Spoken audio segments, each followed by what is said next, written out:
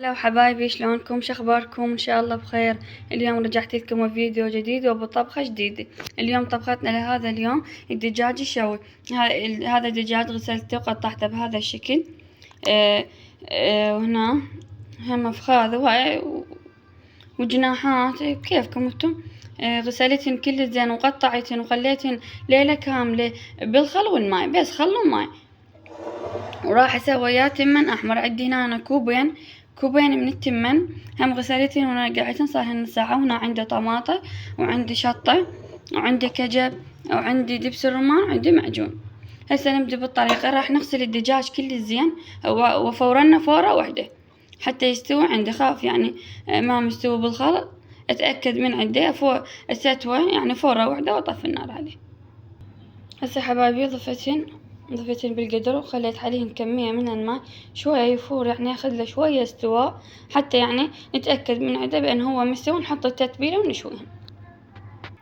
هسه حبايبي رح أقطع الطماطة إلى ناعم، والبصل كذلك. هسه حبايبي فار عندي الدجاج واخر هاي الزفرة كلها هاي نشيل.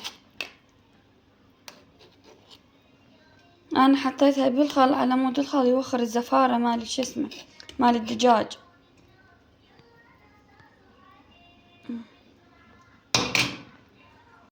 قطعت الطماطم بهذا الشكل والبصل هم كذلك. وهنا عندي البهارات، عندي فلفل اسود وعندي بابريكا وعندي بهارات دجاج وعندي 7 بهارات وكركم وورق غار وملح ونومية بصرة. وهنا عندي هم ليمون عصرتني بهذه الطريقة. وهسه بالبداية نروح نحمس البصل وشوف الطريقة. هسه حبايبي ظل تحمسون بالبصل هنا لمن ياخذ شوية لون. هسه حبايبي تكرمل عندي البصل بهاي الطريقة. هسه نضيف الطماطم شوية ظلوا يحمسون بيها.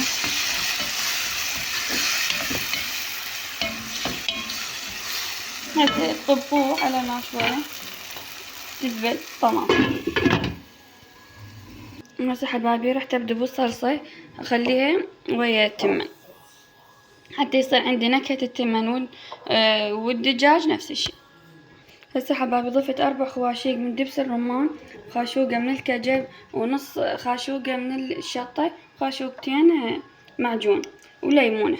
صارتها ليمونة كاملة ضلين خلطين بيهن.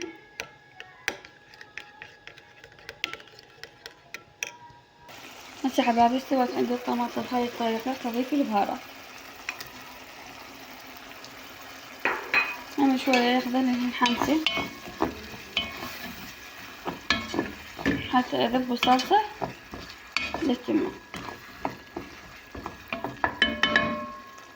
خدت نشف شوي. هسه حبايبي انحمست عندي البهارات، اضيف الصلصة.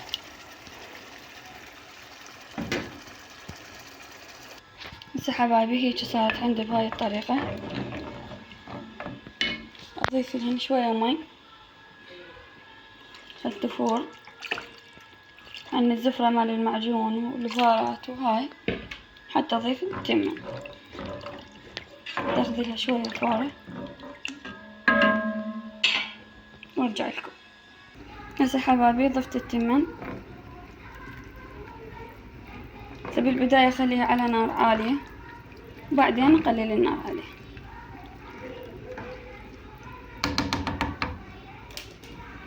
هسه حبايبي طلعت الدجاج استوى عندي. ورحت اضيف الصلصة. هم خليت دبس الرمان 3 خواشي وخليت ليمون وخليت شطة وخليت معجون وخليت ملح.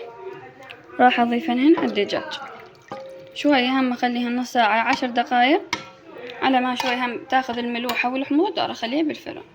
هسه حبايبي نشف عندي التمر، راح اخليه على نار متوسطة. هسه حبايبي قطعت بصل بهاي الطريقة وبالبوتيتة هم سويته نص استو، يعني هي هم فورة واحدة. وهنا الدجاج راح اخليه بالفرن. هسه حبايبي سوت عندي بهذا الشكل. راح اضيف عليها معجون ودبس الرمان من فوق هيجي مهلا تشطيها شوية حمار وتقسي بهاي الطريقة. هسه حبايبي يكون هيجي بهاي الطريقة. حبايبي عندي استوى بهاي الطريقة، قصبات ومستويات يخبل ويجنن. هسه حبايبي كملت عندي تمن احمر والدجاج، بس الطعم يجنن. بس حبايبي اذا استفاديتوا من هذا الفيديو لا تنسونا من اللايك والاشتراك بالقناة حتى يوصل لكم كل فيديو جديد، وتشجيعا للقناة حبايبي. مع الف سلامة وسهامكم والعافية ان شاء الله.